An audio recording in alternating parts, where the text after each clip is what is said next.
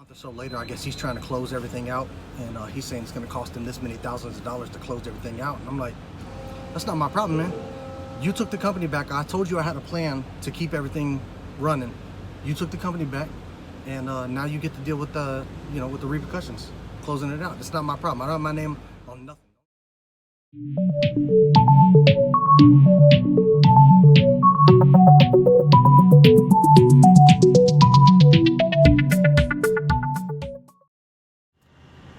Hope everybody's doing all right. I'm doing pretty good. Sitting here in Shreveport, Louisiana at a paper factory, about to pick up some bales of scrap paper. So once upon a time, had an army buddy. Him and I were, I guess, going through like relationship struggles at the same time, and so we just kind of ended up hanging out a lot, drinking a lot. He was having problems with his wife. I was having problems with my girlfriend at the time. So we used to hang out at the bar a lot. Became good friends. And then as I was getting out of the military, I headed off to truck driving school. And this guy, his brother was starting up a trucking company in South Carolina. Just a little hotshot hauling company. His brother had asked me to come on to the company with him because I had my CDL and his current driver didn't have a CDL. So he's kind of driving illegal, Yeah, so I moved up to South Carolina, drove for this guy. He told me he was going to give me $1,000 a week, and he did. He owned a couple of other businesses there in that town, so but they were like non-profit, cash only, But I think at some point he was wanting to buy a house, and he didn't. He wasn't able to really show income because he had those nonprofits. With a nonprofit, you're supposed to show a break even or a loss. Every year. You can't, obviously, a nonprofit can't show profit, right? So he didn't really have any any credit to buy a house. So he wanted to start something legit, right? Something that was trackable through the government, And that was the hauling company. He was able to show enough income over the course of that time period that he was able to get a loan for a house.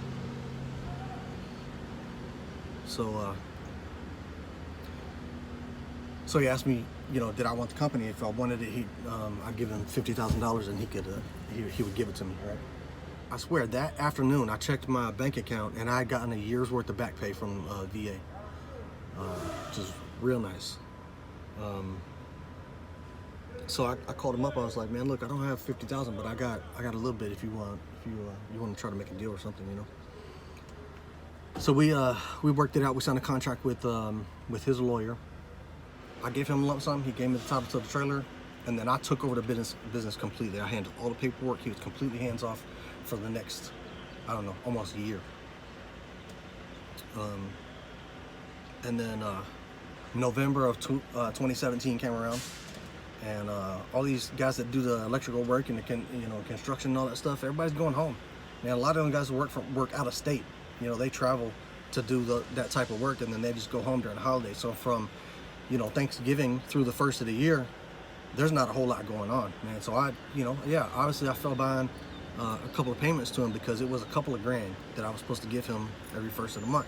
On top of paying $1,000 truck note, on top of paying $1,400 for commercial insurance, and then obviously my own bills. I have to survive, you know what I mean? So January was really good to me. Everybody was back at work. And I did a lot of work that month, and I was able to pay him 2 months worth on February 1st.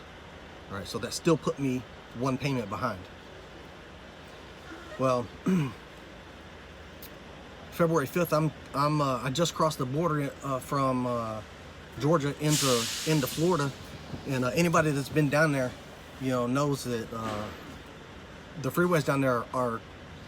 I haven't hit a pothole until I got down in the Miami area. Freeway down in Miami, or down through Florida, is pretty nice. Once you get past Jacksonville, I guess. I was on a decent stretch of road, middle of the day, about 2 o'clock in the afternoon. Bright, sunny, no clouds, nothing. And then all of a sudden, bang, bang, bang underneath the truck. And I lose pretty much all power immediately.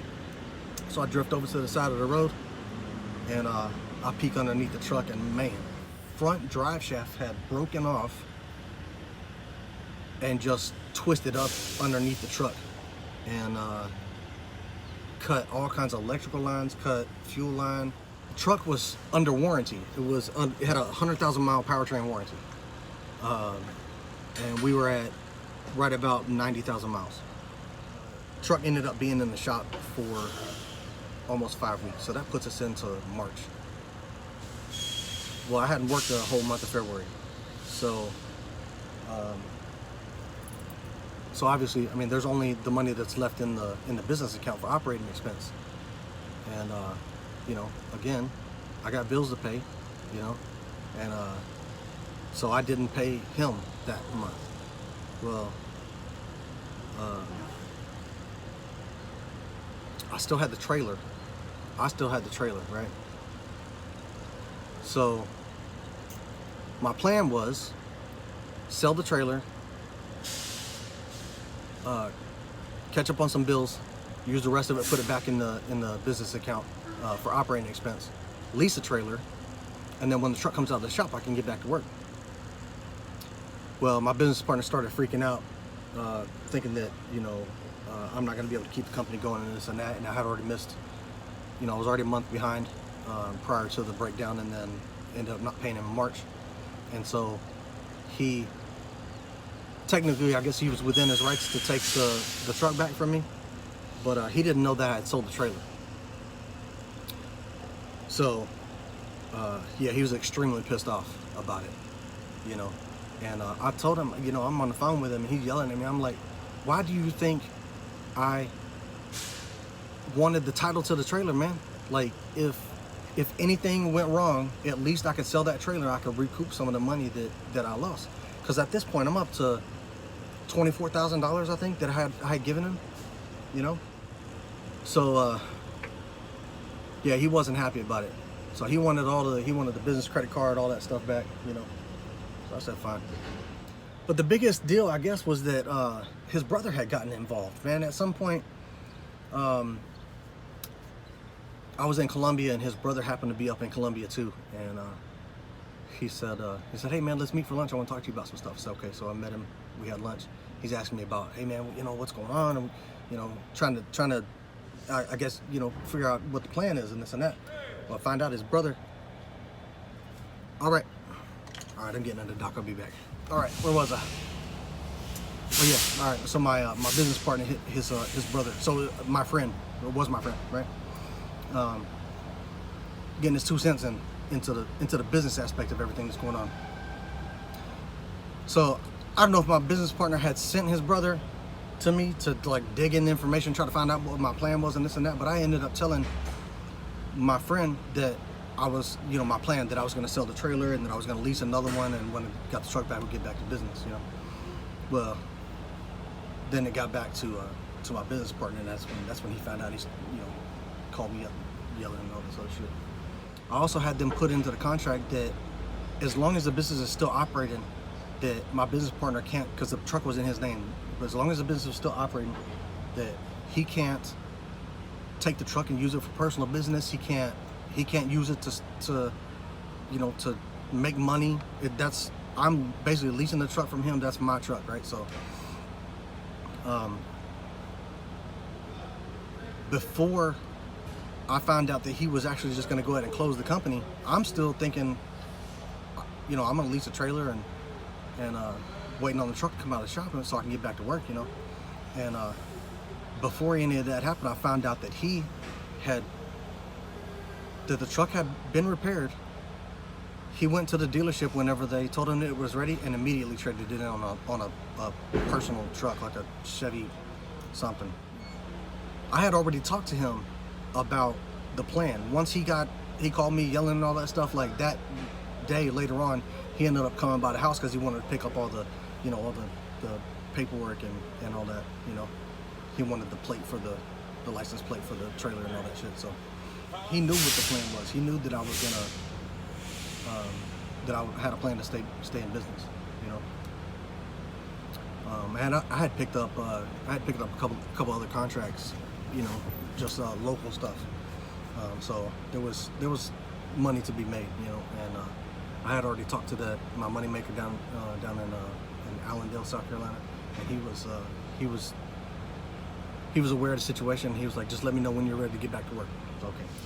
So yeah, let's do a quick recap. So you know, the trailer belongs to me. I got the title. I can do what I want with it, right? The truck, yeah, the truck is in his name, but according to the contract that we signed, I have control of the truck unless he decides he's gonna take the company back if I fall behind 2 months.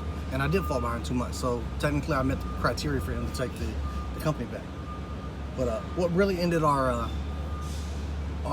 friendship afterwards, after the company closed down, is that, you know, a month or so later, I guess he's trying to close everything out, and he's saying it's going to cost him this many thousands of dollars to close everything out. And I'm like, that's not my problem, man.